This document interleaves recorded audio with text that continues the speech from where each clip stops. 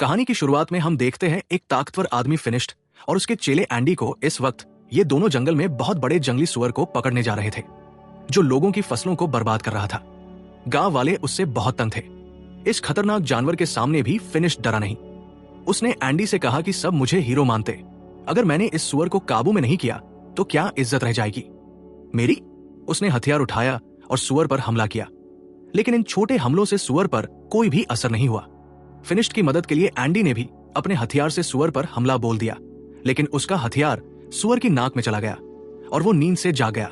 अब सुअर गुस्से में आ गया और एंडी की ओर बढ़ा, लेकिन तभी फिनिश्ड उसके आगे आ गया। उसे रोकने के लिए उसने पूरा जोर लगाया, लेकिन इस ताकतवर जानवर को रोक नहीं पाया। अपना थोड़ा सा जोर लगाकर ही सुअर ने फिनिश्ड को हवा में उड़ा दिया और आखिर में वो नीचे आकर सुअर के ऊपर ही गिरा। इस सुअर को काबू में लाने के लिए एंडी ने फिनिश्ड की तरफ एक रस्सी फेंकी। जैसे ही फिनिश्ड ने रस्सी पकड़ी, ये सुअर हवा में उड़ने लगा। फिनिश्ड ने रस्सी को ही सुअर के दोनों पंखों और उसके सींग में बांध दिया, जिससे वो सुअर फिनिश्ड के काबू में आ गया और फिनिश्ड उसे अपने हिसाब से उड़ाने लगा। जल्द ही वो उसे उड़ाते हुए गांव में ले गया। जब गांव वालों ने देखा कि इतने बड़े जानवर को भी फिनिश्ड अपने इशारों पर नचा रहा है, तो सब लोग उसके नाम की जय जयकार करने लगे। इन्हीं लोगों के बीच बाबा यागा नाम की एक जादूगरनी भी है। उसने फिनिश्ड से कहा कि अगर तुम इतने ही ताकतवर हो तो साबित करके दिखाओ। उसके घर के आगे एक बड़ा पत्थर पानी को रोक रहा है, तो उसने फिनिश्ड को पत्थर वहां से हटाने की चुनौती दी। फिनिश्ड ने कहा कि मैं बहुत बड़ी बड़ी मुसीबतों का सामना कर चुका हूं, और जादूगरनी ने उसे ये छोटा सा चैलेंज दिया है। वो अपनी बहादुरी के किस्से सुनाने लगा। यागा ने कहा कि जब तक मैं अपनी आंखों से नहीं देखती मैं नहीं मानने वाली। ये सुनकर अब सब लोग हंस पड़े। फिनिश्ड गुस्से में अपने घर चला गया। उसे यागा पर बहुत गुस्सा आ रहा था, क्योंकि अब उसकी बहादुरी की तारीफ करने की बजाय लोग उसका मजाक उड़ा रहे हैं। अब वो अपनी ताकत को सबके सामने साबित करना चाहता था, जिससे लोग फिर से उसकी वाहवाही करने लगे। एंडी ने सलाह दी कि ऐसा करने का एक रास्ता है। सामने जो टावर है, ऐसा माना जाता है कि वहां एक राक्षस ने एक बेहद खूबसूरत लड़की को कैद कर रखा है, और वो लड़की एक राजकुमारी है। अगर तुमने उस राक्षस को मारकर राजकुमारी को आजाद कर दिया तो पूरी दुनिया में तुम्हारा नाम गूंजेगा। फिनिश्ड ने तय कर लिया कि वो इस राक्षस से जरूर लड़ेगा। रात होते ही फिनिश्ड और एंडी टावर की ओर निकल पड़े। वहां पहुंचकर उसने देखा कि यहाँ पहले से ही कुछ योद्धा इस राक्षस को हराने आए थे, लेकिन वो लोग मशहूर होने यहाँ नहीं आए। वो तो राजकुमारी को बचाकर उससे शादी करना चाहते हैं। उन सब ने फिनिश्ड से पूछा कि अगर उन्होंने मिलकर राक्षस को हरा दिया तो राजकुमारी किसे मिलेंगी। फिनिश्ड ने कहा कि मुझे नहीं चाहिए ये राजकुमारी, मैं तो बस यहाँ पे नाम कमाने आया हूं। अलग जाकर फिनिश्ड ने एंडी को बताया कि वो उस राक्षस को अकेले मारना चाहता है, इसलिए वो सुबह का इंतजार नहीं करेगा। ये कहकर वो टावर के अंदर खिड़की से चला गया। यहाँ पहुंचते ही फिनिश्ड को वो खूबसूरत राजकुमारी मिली। उसने फिनिश्ड से कहा कि क्या तुम भी मरने के लिए आए हो। फिनिश्ड ने कहा कि मैं तुम्हें बचाने आया हूं। ये सुनकर लड़की भाग के अंदर चली गई। उसे रोकने के लिए फिनिश्ड ने उसका हाथ पकड़ लिया। राजकुमारी ने अपना हाथ छुड़ाया और एक पिलर के पीछे चली गई। तभी पीछे से एक सांप ने फिनिश्ड पर हमला कर दिया। फिनिश्ड इस सांप से लड़ने लगा। तभी फिनिश्ड को समझ आया कि ये कोई आम सांप नहीं है, बल्कि उस राक्षस की पूंछ है जिससे लड़ने वो यहाँ आया है। ये देखकर उसने पहले तो राक्षस पर खूब हमले किए, लेकिन जब कोई वार काम नहीं आया तो फिनिश्ड ने उस राक्षस की पूंछ यानी उसके सांप वाले मुंह को हाथ में पकड़ लिया और अपनी पूरी ताकत से इस सांप के मुंह को चीरने की कोशिश की।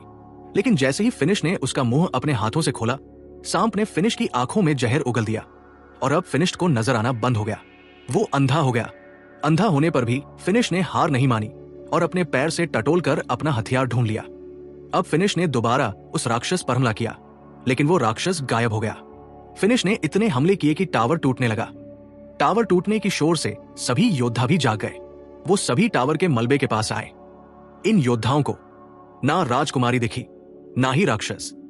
बस दिखा तो मलबे के नीचे दबा हुआ फिनिश्ड, जो धीरे धीरे उठ रहा था। जब एंडी को पता चला कि फिनिश्ड अपनी आंखें खो चुका है, तो वो उसे वहां से ले जाकर घर छोड़ाया। फिनिश्ड अपनी आंखों को खोकर बहुत गुस्से में था। वो बहुत चिड़चिड़ा हो गया था। उसकी ये हालत एंडी से देखी नहीं गई। एंडी मदद के लिए बाबा यागा के पास गया। उसने बाबा यागा को सब कुछ बताया कि फिनिश्ड के साथ क्या हुआ, लेकिन बाबा यागा ने मदद करने से साफ मना कर दिया, क्योंकि जब वो मुसीबत में थी तो फिनिश्ड ने भी उसकी मदद नहीं की थी। ये बात जब फिनिश्ड को पता चली तो वो बहुत उदास हो गया। इसी तरह वक्त गुजरता रहा। अब एंडी ने भी फिनिश्ड के पास आना बंद कर दिया था। वो अपने सारे काम बहुत मुश्किल से कर पाता। बाहर जाकर खाने पीने का सामान खरीद कर लाता लेकिन बच्चे उसके फल चुरा लेते। अब उसके पैसे भी खत्म होने वाले थे। एक दिन एंडी फिनिश्ड के घर आया तो उसने गुस्से में एंडी से कहा कि उसके पास एंडी के लिए कोई काम नहीं है, तो तुम एक काम करो, कुछ और ढूंढ लो। ये सुनकर एंडी वहां से चला गया। समय के साथ फिनिश्ड के सारे पैसे खत्म हो गए। अब वो दिन आ गया कि फिनिश्ड बाजार के सरे गले फल खाने लगा। ऐसे ही एक दिन जब उसे सड़ा गला फल भी नहीं मिला तो वो अपनी टोकरी लेकर बाजार में बैठा रहा। बाबा यागा वहां से गुजर ही रही थी कि तभी उसने फिनिश्ड को देखा तो उसने अपनी टोकरी से कुछ खाने का सामान फिनिश्ड की टोकरी में डाल दिया। इससे पहले ये दोनों कुछ बात करते, गांव पर कुछ लुटेरों ने हमला कर दिया। ये लुटेरे गांव के लोगों को मारने लगे। फिनिश्ड देख तो नहीं सकता, लेकिन उसे अच्छे से सुनाई दे रहा था कि कैसे लोगों को मार रहे हैं और लोग तड़प रहे हैं। जैसे ही लुटेरे उसके पास आए, उसने आवाज सुनकर वापस उन पर हमला किया। कुछ देख ना पाने के बावजूद भी सिर्फ आवाज के सहारे वो 2-3 डाकुओं से एक साथ लड़ रहा था। लेकिन कुछ डाकुओं ने पीछे से उस पर हमला किया और वो वही बेहोश हो गया। जब उसे होश आया तो वो एक शिप में था। उसकी गर्दन और हाथों को एक लकड़ी में बांधा गया था। इस जहाज में बाबा यागा और गांव की काफी सारे लोग भी थे। फिर हमने देखा कि एंडी भी यहाँ है। वो जहाज में आजाद घूम रहा था। बाबा यागा ने पूछा कि तुम आजाद कैसे घूम रहे हो, तो उसने कहा कि मैंने इन डाकुओं को यकीन दिला दिया है कि मैं इनकी तरफ ही हूं, मैं इनकी मदद करूंगा। साथ ही वो गांव वालों के ऊपर डाकुओं के लिए नजर भी रखेगा। एंडी के पास इस वक्त एक सोने का चिराग है जो उसने डाकुओं से चुराया था। उसने कहा कि वो इस चिराग को बेचकर खूब पैसे कमाएगा। जैसे ही एंडी ने इस चिराग को रगड़कर साफ किया तो उसमें से एक जिन बाहर निकला। उसे देखकर सब घबरा गए, यहां तक कि एंडी भी नीचे का शोर सुनकर एक डाकू वहां गया, लेकिन जिन ने इस डाकू को मारकर ऊपर फेंक दिया। जब जिन एंडी के पास गया उसकी ख्वाहिश पूछने तो एंडी ने कहा कि वापस चिराग में चले जाओ, और वो जिन दोबारा से चिराग में चला गया। ऊपर से एक डाकू आया और एंडी के गले पर तलवार तान कर अपना चिराग उससे वापस ले लिया, और कुछ ही देर में ये जहाज अरेबिया पहुंचा।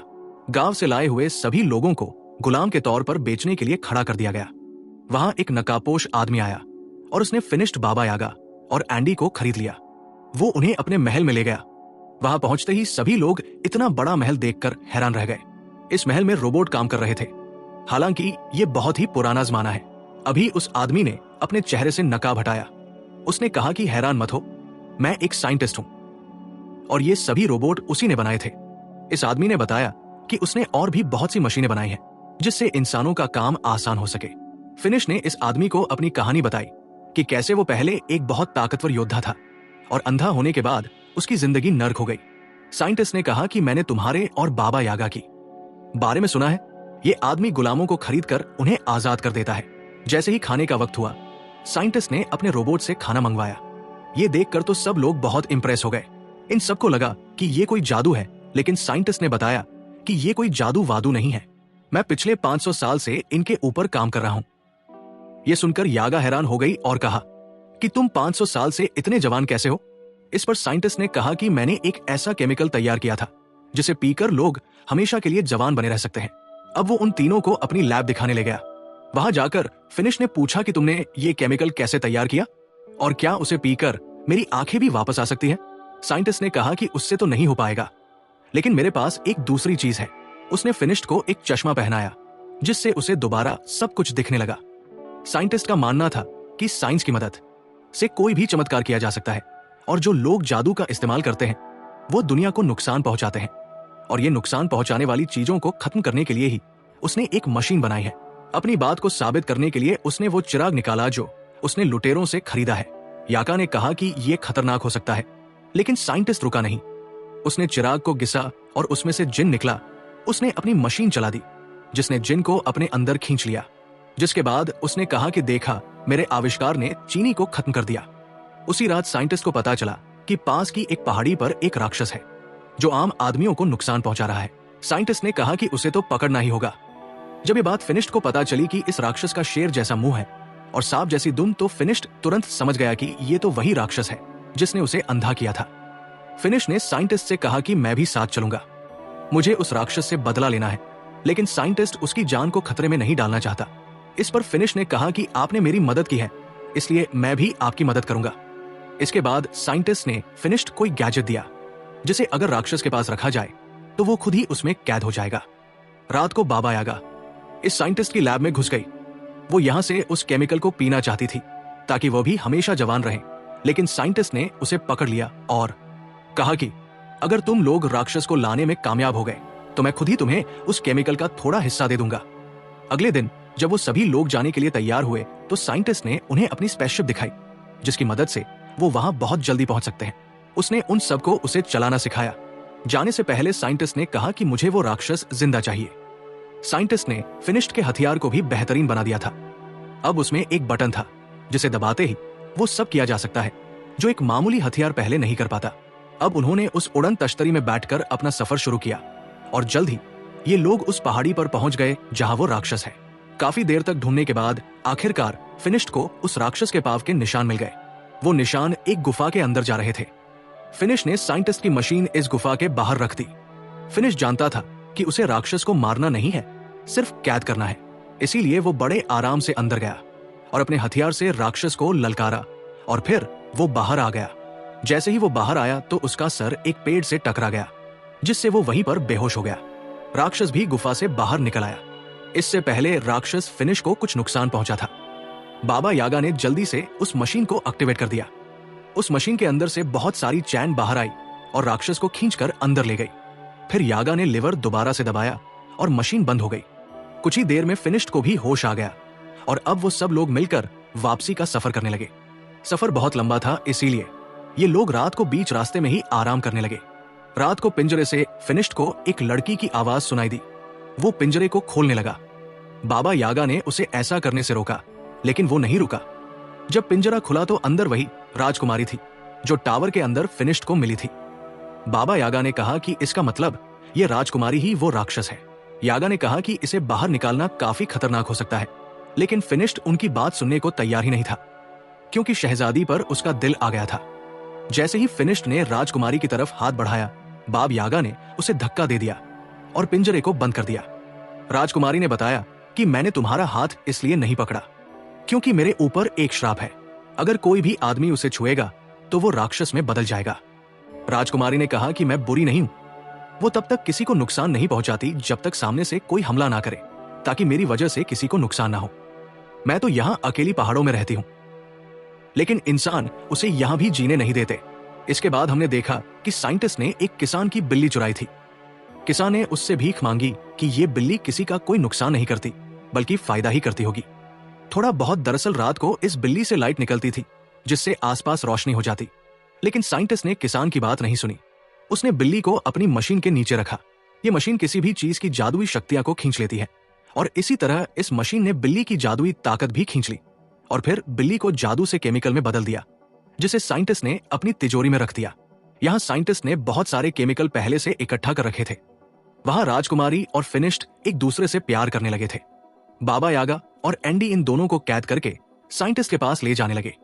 ये लोग जब साइंटिस्ट के महल में पहुंचे तो दूर खड़े होकर ही साइंटिस्ट को देखने लगे। उन्होंने देखा कि साइंटिस्ट ने एक जादुई परिंदे का सारा जादू खींच लिया और उससे बने केमिकल को अपने रोबोट्स में डाल दिया। इसका मतलब था कि ये रोबोट साइंस से नहीं बल्कि जादू की मदद से चल रहे हैं। वो इन सारे केमिकल्स को सभी जादुई चीज से निकाल रहा है। इसके बाद बाबा यागा बहुत गुस्से में उसके सामने पहुंची। उसने कहा कि तुम झूठे हो, ये रोबोट कोई आविष्कार नहीं है, बल्कि जादू से चलने वाले पुतले हैं, जिसका मतलब है कि तुम्हारी उम्र भी जादू से ही लंबी हुई है। वो जादू जो साइंटिस्ट ने मासूम जानवरों को मारकर हासिल किया है। ये सुनकर साइंटिस्ट को गुस्सा आ गया और उसने कहा कि मेरा सच जो भी जान जाए वो जिंदा नहीं बचता। इसके बाद बाबा यागा और एंडी डरकर वहां से भागने लगे। बाबा यागा ने फिनिश्ड और शहजादी को भी आजाद कर दिया, क्योंकि वो जान गई थी कि ये साइंटिस्ट इस राजकुमारी के साथ भी यही करेगा। राजकुमारी ने बताया कि वो साइंटिस्ट को जानती है, वो काफी समय से उसके पीछे पड़ा है। तभी साइंटिस्ट भी वहां पहुंच गया। उसने अपने सारे रोबोट्स को इकट्ठा कर लिया ताकि उनमें से कोई भी भाग ना पाए, और फिर राजकुमारी के अंदर से भी उसके जादू को अपनी मशीन से खींचने लगा। फिनिश ने उसे बचाने की कोशिश की, लेकिन वो बंधा हुआ था। वो उसे बचा तो नहीं सकता था, लेकिन उसने राजकुमारी का हाथ पकड़ लिया ताकि वो राक्षस में बदल जाए। राक्षस बनते ही राजकुमारी ने अपनी जंजीरें तोड़ दी और वहां से भाग गई। मौका पाकर बाबा यागा और फिनिश्ड भी बच निकले, लेकिन साइंटिस्ट के आदमी उनके पीछे लग गए। बाबा यागा ने उनसे बचने के लिए अपने जादू का इस्तेमाल किया। उसने तरबूज के बीज उन पर फेंके जो अचानक तरबूजों में बदल गए। साइंटिस्ट ने भी अपना बड़ा रोबोट निकाला। वो किसी भी हाल में फिनिश्ड और बाबा यागा को नहीं छोड़ सकता, क्योंकि वो उसकी सच्चाई जानते हैं। एंडी ने साइंटिस्ट को समझाया कि हमारे पास जितना जादुई केमिकल है बहुत है, लेकिन साइंटिस्ट नहीं माना। वो बड़ा टर्टल रोबोट जब बाहर निकला तो पूरा महल टूट गया। साइंटिस्ट अब इस रोबोट के अंदर बैठकर एंडी के साथ फिनिश्ड और यागा का पीछा कर रहा था। अब वो इन दोनों पर तोप के गोले बरसाने लगा। फिनिश ने यागा से कहा कि तुम इसका ध्यान भटकाओ और मैं इसके ऊपर चढ़कर इसे उल्टा करने की कोशिश करता हूं, क्योंकि एक बार अगर ये बड़ा सा टर्टल उल्टा हो गया तो सीधा नहीं हो पाएगा। जैसे ही वो रोबोट यागा के सामने आया, उसमें लगी मशीन यागा के अंदर के जादू को खींचने लगी, जिस वजह से यागा बिल्कुल बूढ़ी लगने लगी। ये देखकर फिनिश को बहुत तरस आया, लेकिन जब तक वो साइंटिस्ट का ध्यान भटका रही थी, फिनिश टर्टल के ऊपर चढ़ गया। जब साइंटिस्ट ने ये देखा तो उसने टर्टल के हाथ फैला दिए ताकि वो फिनिश को नीचे फेंक सके। फिनिश तो नहीं गिरा, लेकिन उसका चश्मा गिर गया। अब उसे दिखना बंद हो गया था। बाबा यागा ने जैसे ही ये देखा तो वो फिनिश की मदद करने लगी। उसे बताने लगी कि कैसे लड़ना है, कहाँ जाना है। इतनी देर में राक्षस बनी हुई वो राजकुमारी वहां आ गई। उसे देखकर साइंटिस्ट डर गया। वहीं फिनिश ने टर्टल के गले में जंजीर बांधी और उसे उल्टा करने लगा, जिसके बाद टर्टल के अंदर मौजूद सारा जादुई केमिकल नीचे गिरने लगा। साइंटिस्ट ने अपने जादुई पंखों से वहां से बच निकलने की कोशिश की, लेकिन उसके जादुई पंखों ने काम नहीं किया और वो नीचे उस जादुई केमिकल में गिरकर मर गया। वहीं फिनिश्ड भी अब थक कर बेहोश हो गया था। राजकुमारी उसे वहां गिरा हुआ देखकर रोने लगी, क्योंकि उसे डर लग रहा था कि उसे कुछ हो तो नहीं गया। वो फिनिश्ड से सच्चे दिल से प्यार करने लगी थी। जैसे ही शहजादी के आंसू फिनिश्ड की आंखों में गिरे तो उसे अचानक ही होश आ गया, साथ ही उसकी नजर भी वापस आ गई थी। फिनिश्ड ने उससे अपने प्यार का इजहार किया और हमेशा राजकुमारी के साथ रहने का वादा भी। लेकिन राजकुमारी ने कहा कि अपने श्राप की वजह से मैं तुम्हारे साथ नहीं रह सकती। फिनिश्ड उदास हो गया और अपने बाकी साथियों के साथ गांव वापस आ गया, लेकिन अभी भी वो राजकुमारी की याद में खोया हुआ था। जब बाबा यागा दोबारा जवान होने का रास्ता ढूंढ रही थी तो उसे राजकुमारी के श्राप को तोड़ने का तरीका भी मिल गया। वो खुशी से फिनिश्ड के पास गई और ये खुशखबरी उसे दी। उसने बताया कि श्राप शहजादी को जानबूझ कर दिया गया है, इसमें उसकी कोई गलती थोड़ी है और अब उनका अगला काम राजकुमारी के श्राप को काटना ही होगा। लेकिन वो शायद इस मूवी के अगले पार्ट में दिखाया जाएगा, जो कि अभी आया नहीं है। तो दोस्तों, आज की मूवी कैसी लगी कमेंट में जरूर बताना। ऐसे ही इंटरेस्टिंग मूवीज के लिए फ्लिक्सोरा चैनल को सब्सक्राइब करें। मिलते हैं नेक्स्ट मूवी में।